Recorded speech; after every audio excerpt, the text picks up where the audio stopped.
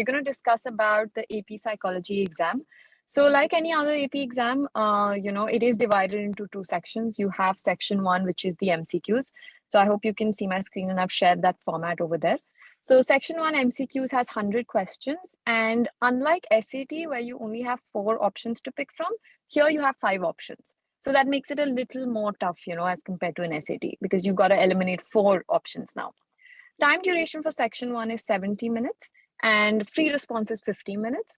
The percentage for your scores is also divided accordingly. So almost say 70% of your score will come from MCQs and 30% of your scores will come from free response. To be exact, it's 67 and 33. Yeah. Now, when we say, free response, it is 2 questions, but it's not just, question 1 and question 2. It's question 1A, question 1B, and then you have question 2A and question 2B. And in those 2 also, you have subparts in it. So it is it is a time-based test. You are going to be running out of you are going to be running short of time. So you have to kind of keep up with that. Also, it's a very application-based paper as well. And I think every AP tutor must have told you that. So like any other exam, any other AP exam, you have to kind of not just memorize the theory. And that must sound a little weird for psychology, because psychology is a theoretical subject. But even then, you have to apply those concepts and answer the MCQs or the free response questions. Even an MCQ will not be theoretical. Even that will have an application to it. And I'll give you an example of it as we kind of progress.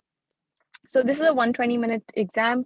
You have no negative marking, so make sure you kind of attempt all the questions. And FRQs, yes, there's a standard format that you need to follow for it. You need to make sure that you're defining all the terms. You need to make sure you're giving application-based answers. And you need to make sure you're also giving an example of each, theory that you're explaining. So that's very important over here. Coming to the scoring, so that's pretty much standard for most of the APs. So 5 is what we kind of aim for as well, and that is an equivalent to an A grade, right? And 4 is like an A minus, B plus equivalent, and then there's 3, and of course below that, that's really not acceptable. And unlike any other exam, you don't need to score 100% to kind of get a 5, right? In psychology, especially, as long as you score something between a 75 to an 80%, you're going to be good to get a 5, right? So that would give you a 5 in the AP psychology exam. So anything above an 80% to be on the safer side would be a 5. So you don't have to get every question right. You just need to make sure that, whatever you've studied, you've kind of applied that. Yeah. Okay. Now, moving on to the breakup of the course, right? Now, when we talk about what does this AP psychology consist of? So it does consist of 14 chapters or 14 broad units that you can divide the syllabus in. And there's no, fixed syllabus or fixed book as such that I can recommend also, although Barron's, Princeton, these are good ones that you can refer to. But it's just, it's a vast subject. When we talk about psychology, it is the study of the mind and the behavior.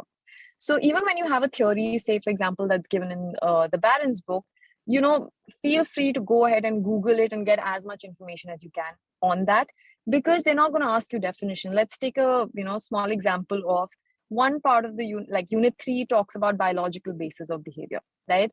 Now, in that, you talk about the brain structure. Okay. Now, when you talk about the brain structure, they won't just ask you what is the function of the, say, frontal lobe of the brain. They'll probably give you a question like, say, if, a person is suffering through, is not able to express emotions, which part of the brain do you think could be impacted, right? So you need to have the theoretical knowledge to back that up. But yes, I mean, you kind of need to know each chapter. You need to be able to, in the free response questions, give kind of extra examples to support your theory as well. So the more you Google, the more you kind of read about it from like different sources, the better it will be. Yeah. So I'll just give you a brief of these 14 chapters that we talk about. Unit 1 is history and approaches. So that's a little bit of, and the percentage that you see here on each unit, that is how many questions you could probably get, or the weightage that is there in the paper for those units. So unit 1 is more of a historical approach, like, how did psychology even come about as a subject? Unit 2 talks about research and methodology. And this is an important unit because unit 2 and unit 11 are kind of talking about the same thing. And this is almost a 17% weightage. So you always do get a free response question from here. You can go to the College Board website, open the AP past, papers, and you will see that you always have a research methodology FRQ question on there. So research methodology talks about, how do you set up an experiment? What are the different variables that you will take into consideration in your experiment? Yeah. So it also includes a little bit of stats, and not too much, not too complex, because even I'm not a maths person or a stats person, but you just a superficial thing about, knowing what's a mean, what's a median, standard deviation, and basic of that, right? So that is unit 2. Unit 3 and 4 are a little bit of biology, because I cannot study psychology or the brain without knowing what the brain looks like, or what does the brain consist of. So unit 3 and 4 talk about the brain, the eyes, because sensation, right? How do we see anything? How do we observe anything? Through seeing, through hearing, through tasting. So all of that is unit 3 and 4. Then unit 5, states of consciousness. So here we talk about what is the unconscious mind. If you've briefly even heard of, or studied anything to do with psychology, you would know of Sigmund Freud, right? So Sigmund Freud is talked about in unit 5. He talks about what the unconscious mind is, what are repressed memories, what drives your personality, the sleep cycle, what is, why do we dream? All of that is unit 5. Now, unit 6, learning. Learning again has a little bit of biology, but it talks about classical conditioning and operant conditioning, and how is it that we can mold a person's behavior, right? So by rewarding a particular behavior, I can encourage that behavior. And that's basically what learning talks about. Unit 7 is cognition. Whenever you see the word cognition or cognitive power, that is nothing but mental processing. So even if, say, both, two people are watching the same movie, we are looking at the same thing, but the way that we interpret the movie can be very different, right? And that's exactly what cognition talks about. So the interpretation, or how we see, our social context, can be very different from the other person. We could be in the same party, and both of us are, one is thinking of it as an opportunity to meet new people. The other person is thinking of it as such a waste of time. Yeah. So that is how a person interprets any social context or anything that, he sees or is sensing. So that's unit 7. Unit 8 is motivation and emotion. So this talks about, again, different theories as to why someone motivated to do anything as simple as getting up and eating, or extreme things like, sky jumping, like skydiving. So jumping off a plane. So why is someone motivated to do that? Again, this is 6 to 8% of your scores. Unit 9 talks about developmental psychology. So how is it that our mind and physical kind of structure also develops of people as we grow, from all the way, from pre-birth, even in the womb of the mother, we are growing. So right from there up until old age, how is it that we grow mentally and also physically? All of that is discussed in unit 9. Unit 10 is personality. So that's a very, like a favorite topic of psychology. It talks about introvert personality, extrovert personality, what makes someone an introvert, what makes someone an extrovert, all the personality tests. So all of that is unit 10. Again, that's an interesting one. Unit 11, like I said, is grouped with unit 2. So that talks about research and methodology, right? So how do we conduct an experiment? What is a research? What is a survey method? What are different types of methods that you can use to research anything? Yeah. Now, unit 12 and 13, again, that holds a chunk of your percentage or the weightage that you get questions on, because that's, again, grouped together.